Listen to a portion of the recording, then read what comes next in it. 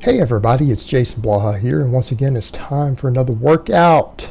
And today was dynamic effort bench press day. We got some new stuff in here for you guys today. Be some interesting goodies. Adjusting accessory movement, special exercises, all that stuff moving forward while increasing overall volume, workloads, things like that. Bench press. I went with a lot of band tension today. I'm going to keep ramping band tension. This was week 2 of the wave with the Buffalo bar. And this bar is interesting. This is probably my favorite specialty bar, even though we did more total work today with the football bar or the Swiss bar. I like this bar. It's so versatile. It brings so much to the table. Like, absolutely worth every penny. Absolutely worth every penny because of what it does for squatting. But then with the benching stuff, you just get that deeper stretch on your chest. I know I need to bring my chest and my triceps up. Right, they both need to come up to improve my bench. They're limiting factors on my bench press. And because on the speed bench with the bands, we engage in over speed eccentric for a deeper stretch reflex, that extra range of motion that you get from the bar is fantastic. And it just creates an interesting effect in my chest. Like, I kind of feel it, particularly that outer edge of the chest. I really feel that at the end of each set, even with a close grip. And for those curious, this was 9 sets of 5, 3 wide, 3 medium, 3 close grip. All right. And I feel like I need to get more total pressing in on my speed days because, again, I need more chest involvement, more upper chest, total chest, delt, everything else. And so what I'm trying to do now that I've got more and more specialty bars, I want to incorporate more of my specialty bars to work all these different angles and only do smaller exercises on muscles that really and truly need them, and they may not need it every session. So it's like I know I need to do lateral raises. I feel like I get a lot out of the chains on them. But I don't feel like I need them every upper body day. I do need to get some overhead work back in. But I also need to take care of my shoulder health, and I need to bring as much as I can to the table. We're trying to get all around strong. And that's one of the things that people need to remember with conjugate type training. Because some people are like, I don't understand. How does this lift or that lift improve things? Because you're just getting stronger. And you're getting stronger at a variety of angles. And people need to remember, if you get brutally strong at other movements, you get strong at your main lifts too. Right? The only thing that's different about practicing a main lift is that you practice the technique. But once you're proficient, you can always regain technique. So in other words, if you didn't bench press for a year, let's say you built your bench up to 275, and you didn't bench press for a year, and you focused on getting insanely strong at weighted dips and an overhead press, doesn't mean a strict press, a push press, whatever, and you got really, really, really strong at both over the next year, and I'm talking you got substantially stronger, do you think your bench press would go up? Of course it would, because all of your pressing strength and upper body strength went up. I don't mean if you just put 10 pounds on those lifts. I mean if you increased them 30-40% from where they started. Your bench would go up. Your bench would no longer be 275. So that's where a lot of your carryover comes from, just getting generally strong. Because you're getting strong at all sorts of pressing, squatting, and pulling with maximum weights. And you're doing all the hypertrophy work. And you're doing the speed work. And because all your speed work is close variations of the big lifts, that carries over for some technique.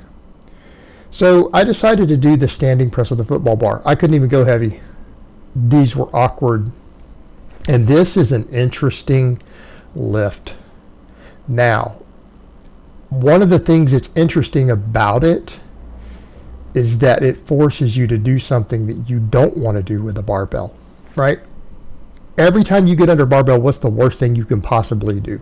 Let that bar drift forward.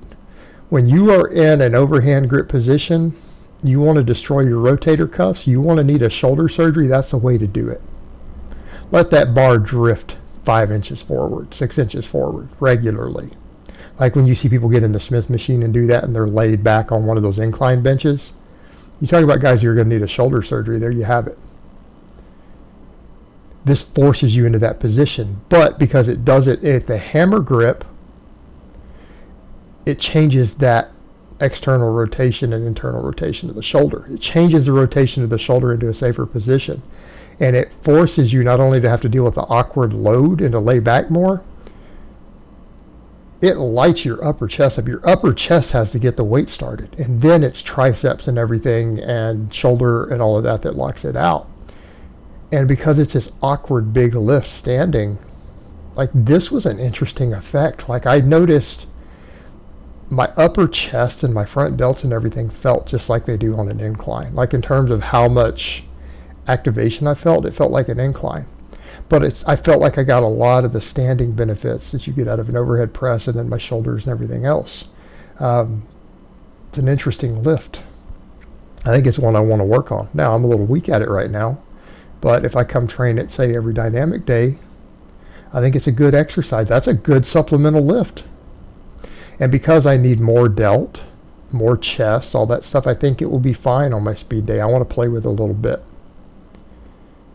Then we went over to the rows. First, these were a little slow, then I focused more on compensatory acceleration. I decided I'm just tired of doing hammer curls. And what's our reason we do curls is that we don't get enough upper back volume in. It's very hard to get enough in to get your biceps fully recruited.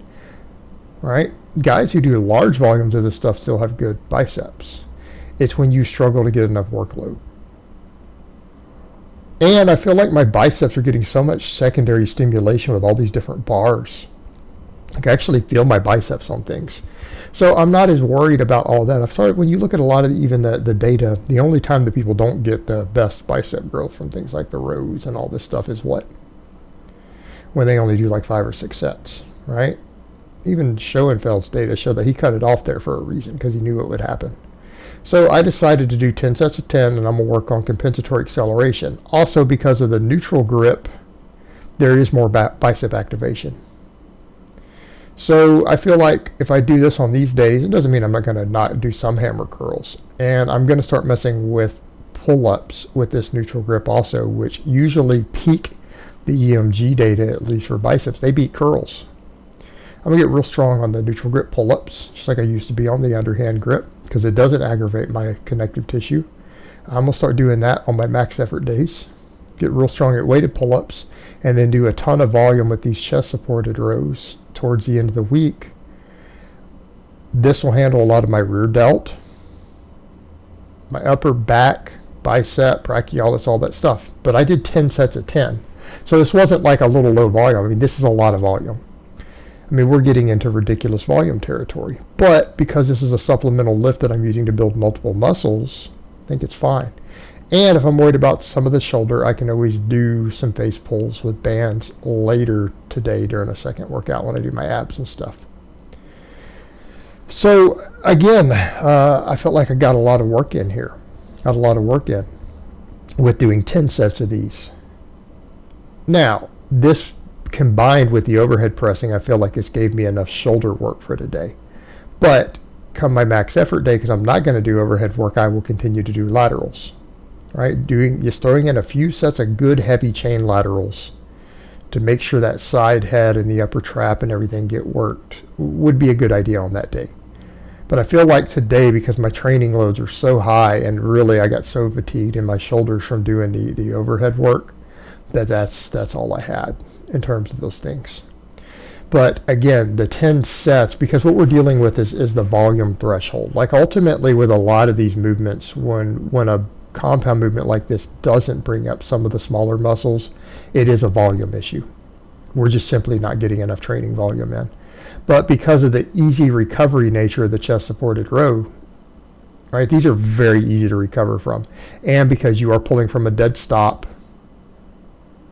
and if you're someone like me who already is good at compensatory acceleration, I can squeeze that bar hard and I can pull it fast.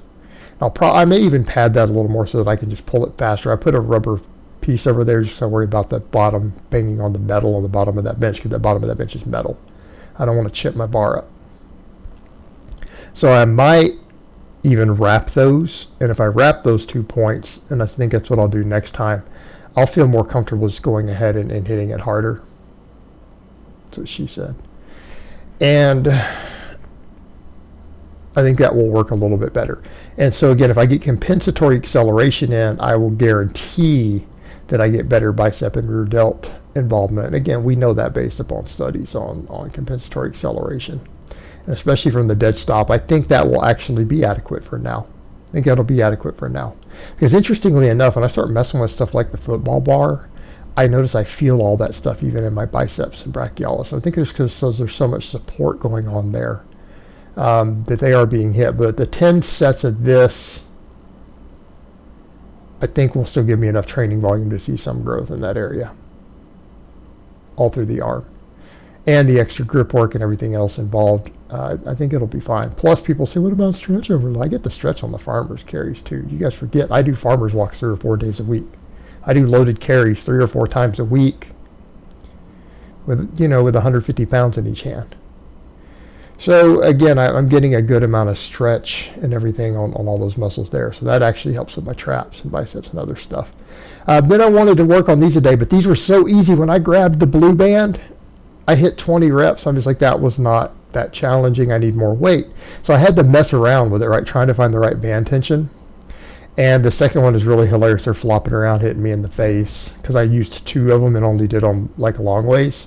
And it still wasn't really enough tension. So I ended up taking a pair of the red bands, which are only 60% of the tension of the blue. So by doing 2 of the reds, it basically gave me 20% more tension over the single blue, right? Do the math because of the tension on them, which was enough to put me down around 12 reps instead of 20. And this, I even removed those pads later, this really lit my triceps up, right? This, because of the overspeed eccentric. And I actually stopped here. Why? 2 sets of this with the reds. Because the others gave some training effect, even though they were really not heavy enough. I already did 9 sets of speed bench and 3 sets of overhead press. If you count those as half sets, because the triceps are a secondary primary mover, that's basically 6 work sets for triceps. 2 really good ones and 2 subpar ones. That puts me near my volume, especially with the overspeed eccentrics. Especially with those. That's probably all the recovery I can handle for today on my triceps. So I hope it's been informative, and I will talk to you guys next time.